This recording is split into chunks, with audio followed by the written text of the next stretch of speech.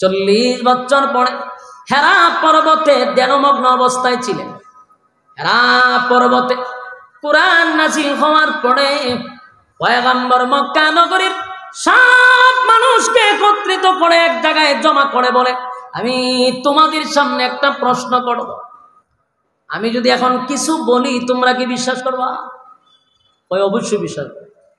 1 number হলো, আমি যদি তোমাদেরকে বলি আমার পিছনে একদল সেনাবাহিনী আছে, এরা অস্ত্র নিয়ে দাঁড়ায় আছে তোমাদেরকে হত্যা করার জন্য, বিশ্বাস করবা? বলো অবশ্যই করো।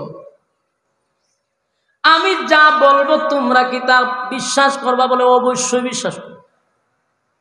রাসূল গেলে কেন বিশ্বাস করবা? 1 নাম্বার হলো 40 বছরের ভিতরে আপনি কোনোদিন একটা মিথ্যা কথা বলেননি, আমরা যা বলবেন এটা সত্য।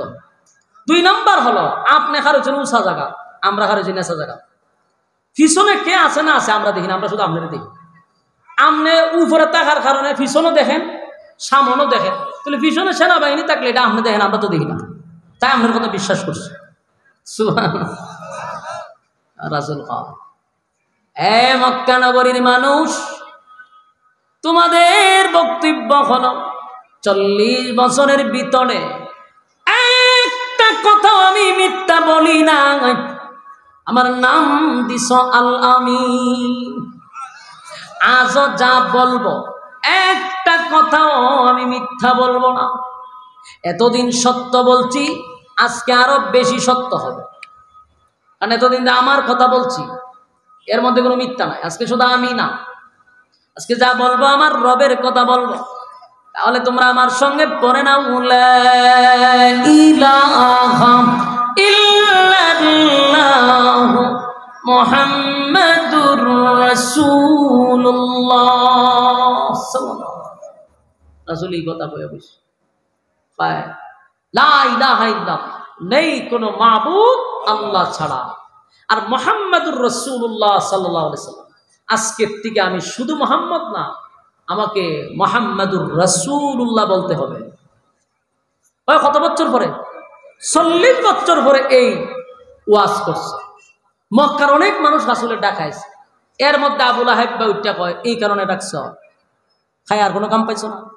আমরা ব্যস্ত মানুষ, তুমি আমাদেরকে ডাক না, এতদিন আমরা 360 জন খোদা মানছি, আর হঠাৎ করে একজনে মানব? আল্লাহ রাসূল বলেন আজকে থেকে গাছের পূজা, মাছের পূজা, সূর্যের পূজা, চন্দ্রের পূজা, লিঙ্গের পূজা, মূর্তির পূজা সব বাদ, গোলামি চলবে কার? মক্কার মানুষ কয় আমরা 360 জন আর তার হইল একজন, এতগুলা খুদা বাদ দিয়া বুঝি একজনে মানতাম। এই তো দ্বন্দ্ব শুরু হইল।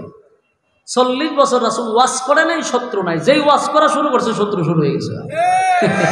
কথা বুঝতেছে? এখন একজন বলল যে তুমি নবী হইছো কিভাবে? এই প্রশ্ন করছে, তুমি নবী কেমনে হইছো, কিভাবে হইছো? এই প্রশ্ন যে করবে সেটা আল্লাহ আগের থেকে জানে। এই জন্য 40 বছরে অসংখ্য গণিত অলৌকিক ঘটনা, জন্মের আগের ঘটনা, জন্মের পরের ঘটনা, 40 বছর রাসূলকে নীরব রাখছেন। যেই মাত্র তারা প্রশ্ন করছে নবী হইছো কেমনে, রাসূল হইছো কেমনে, প্রমাণ দাও। রাসূল কয় নবী কেমনে হইছি? 40 বছর তোরা রিসার্চ কর, 40 বছর আমার জীবন ইতিহাস তালাশ করে দেখ আমি কেমনে নবী হইছি। 1 নাম্বার, আমার জন্ম আর তোদের জন্ম সমান না, আমার জন্মটা ছিল অলৌকিক। আমি জন্মের পরে নাপাক অবস্থায় আসি নাই, আমার গোসল করায় পাঠাইছে। জন্মের পরে আমি আল্লাহর কুদরতি পায়ে সাজদা দিছি। অসংখ্য অগণিত ঘটনা রাসূল বলতে থাকলো, এরা মাথা তাত দিয়ে কথা তো সত্য, কারণ মুহাম্মদ আমাদের সামনে জন্মগ্রহণ করছে। যে অলৌকিক ঘটনা দেখছি, চন্দ্র আমার বাতিজারে আনন্দ দিতে আসে, এটা সাধারণ কোনো মহামানব নয়। মনে মনে ঠিকই বিশ্বাস করছে উনি নবী হওয়ার যোগ্য, কথা খায় না। আর আল্লাহ বলেন 40 বছরটা ছিল নবী হওয়ার জন্য, প্রত্যেকটা ঘটনা নবীর জন্য নবুয়তের দলিল। এই নবীর দলিল হিসাবে 40 বছর যত অলৌকিক ঘটনা ঘটছে, 40 বছর পরে এরা জান্না বুঝা বুঝতে পারছে উনি আল্লাহর পয়গম্বর, কিন্তু মানে নাই। কথা বলেন, মানছে?